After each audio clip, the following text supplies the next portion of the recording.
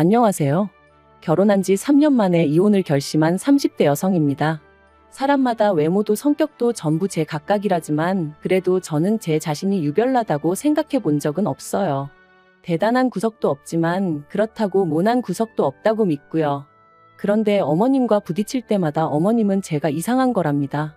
사고방식이 글렀다나요. 저도 남편만큼 배울 만큼 배웠고 남들처럼 멀쩡히 사회생활 잘만 하고 있는데 말해요. 그래서 내리게 된 제 결론은 그냥 저는 이 집이랑 안 맞는다였지요. 그리고 저리 싫으면 중이 떠나야지 어쩌겠어요? 그래서 이혼을 결심했습니다. 남편하고는 아는 선배의 소개로 만났고 소개받았을 당시 제 나이 30, 남편 나이 32이었어요. 선배는 부담 없이 만나보라고 했지만 남편이나 저나 둘 다 적은 나이가 아니었다 보니 솔직히 부담스러웠던 것도 사실이고요. 하지만 선배하고는 여러 가지로 얽혀있는 상황이다 보니 자리 자체를 거절할 상황도 못 되었네요. 아무튼 그리고 말이 나왔으니 말이지만 소개팅을 받던 시기 저는 결혼과 비혼의 갈림길에서 고민이 많았어요. 사실 친정부모님 두 분의 사이는 좋았지만 하루아침에 친할머니께서 이제 같이 살아야겠다며 저희 집으로 들어오셨고 그래서 졸지에 친정어머니가 10년 넘게 다니시던 직장을 관두시는 걸 보고는 여러 가지로 충격이 컸었거든요. 게다가 이후로도 친정어머니께선 친할머니 때문에 때로는 고모나 작은아버지의 부탁 때문에 많은 걸 이해하시고 포기하셔야 했는데 아무래도 그런 어머니를 보고 자라서 그런지 언젠가부터는 결혼하면 여자만 손해란 생각이 강해져 가더라고요. 하지만 막상 제가 성인이 되어 사회에 나와보니 저희 어머니와는 달리 또 많은 여자들이 결혼을 하고도 계속해서 자기 커리어를 이뤄나가는 거예요. 그래서 그때 뭐랄까 사고방식이 올바른 남자를 만나면 가정도 이루고 내 커리어도 이어갈 수 있지 않을까 그런 생각도 들더라고요. 한편으론 제가 너무 부정적으로 세상을 보나 싶기도 했고요. 아무튼 그렇게 생각이 복잡하던 시기에 소개받은 게 남편이었네요. 남편은 저와 마찬가지로 직장을 다니는 평범한 회사원이었어요. 외모라던가 그런 건 모난 구석 없이 제 눈에는 나쁘지 않았고요. 그리고 무엇보다도 대화를 나눠보니 말수가 많지는 않아도 자기 의견도 확실하고 줏대도 있는 게 마음에 들대요. 참고로 저 또한 우유부단한 성격은 아니다 보니 갈팡질팡하는 사람들을 보고 있으면 답답해서 아무튼 남편도 남편대로 제가 마음에 들었던 모양이에요. 첫 만남이 있고 나서 매주 주말마다 만나자고 해왔으니까요. 그리고 그렇게 저희는 대략 2달간의 탐색전 끝에 연애를 시작했습니다. 연애한 지 1년 만에 결혼까지 약속하게 되었고요. 참고로 저는 못해도 인연은 만나보고 싶었지만 남편이 아버님 연세를 들먹이며 하루라도 빨리 자리 잡는 모습을 보여드리고 싶다고 저를 졸라서 어쩔 수가 없었네요. 그런데 어이없게도 남편의 성화로 서두르게 된 결혼임에도 불구하고 결국 시댁으로부터 제대로 된 지원은 받지 못했어요. 왜냐하면 어디 아픈 데도 없으신 아버님이셨는데 어머님께서 아버님의 건강을 핑계로 주시기로 하셨던 돈을 주지 않으셨으니까요.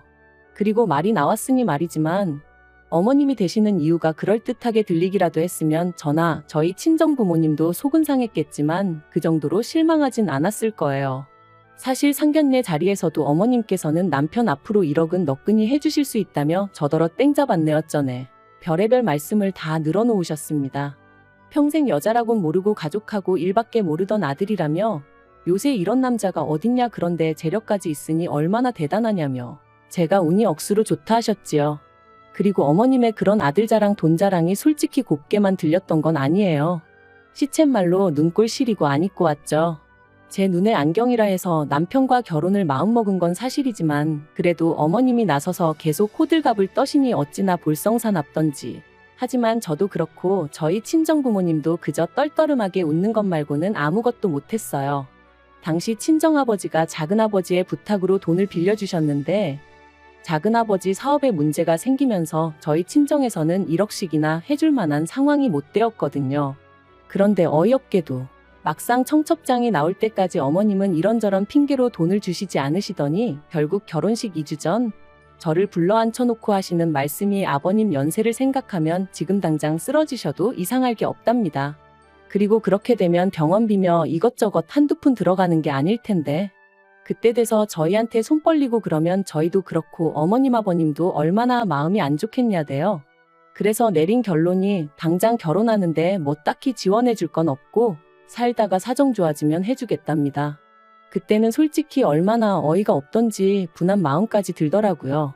하루아침에 상황이 달라진 것도 아니고 그러면 최소한 상견례 때 예의는 갖춰주셨어야 하는 거 아닌가 싶었으니까요. 아무튼 결국 양가로부터 별다른 지원 없이 남편이 모아둔 돈과 제가 모아둔 돈 5천씩 반반 보태 그 돈으로 전세를 구했습니다. 서울이 아니었으니 다행이지 서울이었으면 어림택도 없었을 거예요. 그런데 문제는 결혼한 지 1년도 되지 않아 제가 임신을 했고 그러면서 회사를 관두게 되었어요. 사실 어떻게든 버텨보려고 했는데 입덧부터 시작해서 여러 가지로 출퇴근조차 어려운 상황이었거든요. 그리고 제가 다니던 회사는 내실이야 좋았지만 직원 수 자체는 10명 남짓의 소규모였다 보니 제가 제 몫을 제대로 해내지 못하면 안 되는 상황이었거든요. 그래서 결국 퇴사를 할 수밖에 없었는데 회사 대표부터 시작해서 같이 일하던 사람들이 더 안타까워하대요. 여담이지만 이때는 그래도 내가 인정받는 사람이긴 했구나 싶어 좀 기쁘기도 하더라고요. 아무튼 그런데 어이없게도 정작 제 퇴사를 알게 되신 어머님께서는 얼마나 노여워하셨는지 몰라요. 그것도 제 회사한테 노여워하신 게 아니라 퇴사를 했다는 사실에 노여워하셨어요. 말씀하시길 제 조건이랄 게 마음에 드는 게 없었지만 그래도 제가 제 밥벌이는 하겠구나 싶어서 허락한 결혼이었다 하시며 그런데 이제 와서 임신했다고 유세 부리냐 어떻게 남편 고생할 건 하나 생각도 안 하고 그거 좀 힘들다고 홀랑 회사를 때려치냐. 너는 그럼 앞으로 내 아들한테 기생해서 살겠다는 거냐. 이거 사기 결혼이다 하시는데 그때 어머님이 하신 말씀은 제가 죽을 때까지도 토시 하나 잊지 못할 것 같아요. 그래도 시간은 흘렀고 저는 눈에 넣어도 아프지 않을 딸아이를 낳았습니다. 솔직히 임신 사실을 확인했을 때부터 어머님은 당연히 제가 아들을 낳을 거라 믿으시는 눈치였지만 저는 아들이고 딸이고 전혀 신경 쓰지 않았어요. 그저 건강한 아이였으면 좋겠다는 거 그리고 굳이 보태자면 남편이 아닌 제 눈을 닮았으면 좋겠다는 정도였지요. 그런데 제가 딸을 낳고 나니 어머님이 임신 내내 주시겠다 하시던 조리원비도 못 준다셨습니다. 제가 당신이 부탁해서 애를 낳은 것도 아니고 좋아서 낳은 건데 왜 몸조리를 당신이 시켜줘야 하냐는 핑계를 대시면서 말해요. 하지만 계획보다 일찍 아이를 갖게 된 것도 남편이 아버님 돌아가시기 전에 손주 한번 안겨드리고 싶다 해서 가진 거였거든요. 어머님도 거의 똑같은 말씀을 하셨었고요. 그래서 이때부터는 어머님이 뭘 하시건 간에 말 그대로 콩으로 매주를 쓴다고 해도 믿지 않겠다 다짐을 했죠. 그런데 이런 상황을 알게 된 친정부모님께서 어이없다 하시더니 제 계좌로 500만 원을 보내주셨습니다. 이 돈으로 산후조리원에 가라시면서 말해요. 놀란 제가 이 큰 돈이 어디서 나셨냐 하니까 친정어머니 말씀이 친정아버지가 저 시집갈 때 뭐 하나 못 해준 게 늘 마음에 걸린다며 옆 동네 아파트의 경비로 취직을 하셨다대요. 임신한 제가 걱정하느라 스트레스 받으면 어쩌냐며 저한테는 절대로 말하지 말라셨다면서요. 그 이야기를 듣는데 말 그대로 눈물이 쏟아졌어요. 돌이켜 생각해보면 남편하고 죽고 못 살 만큼 사랑한 것도 아닌데 이런 대접받고 살자고 친정부모님 가슴에 상처내가며 결혼을 했나 싶어가지고요. 하지만 지난날 후회한다고 뭐가 달라지는 것도 아니고 그냥 그렇게 한 10분을 꺽꺽 울어대며 전화기만 붙들고 있었던 것 같아요. 그런데 황당한 건 친정부모님한테 500을 받았다는 사실을 알고서는 남편이 했던 말이었습니다. 그렇지 않아도 자기도 너무 속상해서 산후조리원비로 어머님하고 크게 다퉜다며 어머님도 미안해하고 계신다더니 한다는 말이 어머님한테 한 번 기회를 드린다 생각하고 산후조리를 어머님한테 해달라고 하면 어떻겠냐대요. 그래서 제가 제정신이냐니까 산후조리를 꼭 집안인 다른 장소에 가서 해야 할 필요는 없지 않냐는 거예요. 그리고 덧붙이기를 대신 어머님한테는 산후조리를 도와주시는 거에 대한 감사한 마음으로 200만 원 정도만 드리면 서로 묵은 감정도 풀고 여러모로 좋지 않겠냐는데 아무리 애 아빠라지만 뭐 이런 인간이 다 있나 싶었죠. 그래서 말 그대로 남편한테 네가 사람이냐 그러고는 욕을 퍼부었어요. 산후조리원 일로 남편이고 시댁이고 정이 있는 대로 떨어졌고 이후로 남편과는 애 때문에 산다는 마음으로 살았습니다. 어머님은 저에게 사과 비슷한 말 한마디조차 하신 적도 없으셨고 저를 볼 때마다 애 키우는 게 유세냐 남들은 돈도 벌고 애도 키우고 다 하더라. 그리고 그럴 때면 저도 언젠가부터 그럼 어머님이 애 봐주실 거냐 따지고 들고 솔직히 봐주신다고 해도 맡길 생각도 없었지만 봐줄 생각도 없으신 분이 애도 키우고 돈도 벌어오라 타박을 하시니 저도 못할 말이 없더라고요. 그리고 이런 대화가 오갈 때마다 남편은 제 편을 들어주지 않았어요. 저더러 너도 이제 엄마니까 어머님 마음을 좀 이해해드릴 수는 없냐, 그런 식이었죠. 어머님 입장에선 졸지에 외벌이를 하게 된 아들이 얼마나 안쓰러우면 그러시겠냐면서요. 저는 남편이란 사람 하나만 믿고 결혼한 건데, 그리고 제가 일을 안 하고 싶어서 안 하고 있던 것도 아닌데 남편이 계속해서 어머님을 이해하라고만 하니 얼마나 섭섭했는지 모릅니다. 그런데 사람이 죽으란 법은 없다고 그 무렵 생각지도 못한 연락을 한 통 받았어요. 그건 바로 전에 일하던 회사 대표로부터 온 전화였죠. 저더러 어떻게 지내는지 묻더니 혹시 이직했냐대요. 저는 씁쓸히 웃으며 아이 때문에 아직은 어디 다닐 형편이 못 된다 했습니다. 그랬더니 그러면 아이 문제만 해결되면 복직할 수 있는 건지 묻더라고요.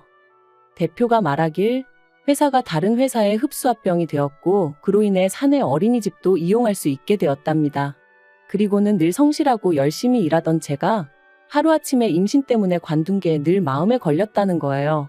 그래서 사내 어린이집 얘기가 나오자마자 저한테 연락해봐야겠다는 생각뿐이었다면서, 참고로 대표 또한 애엄마였기에 제 마음을 헤아려 준 게 아닌가 싶어요.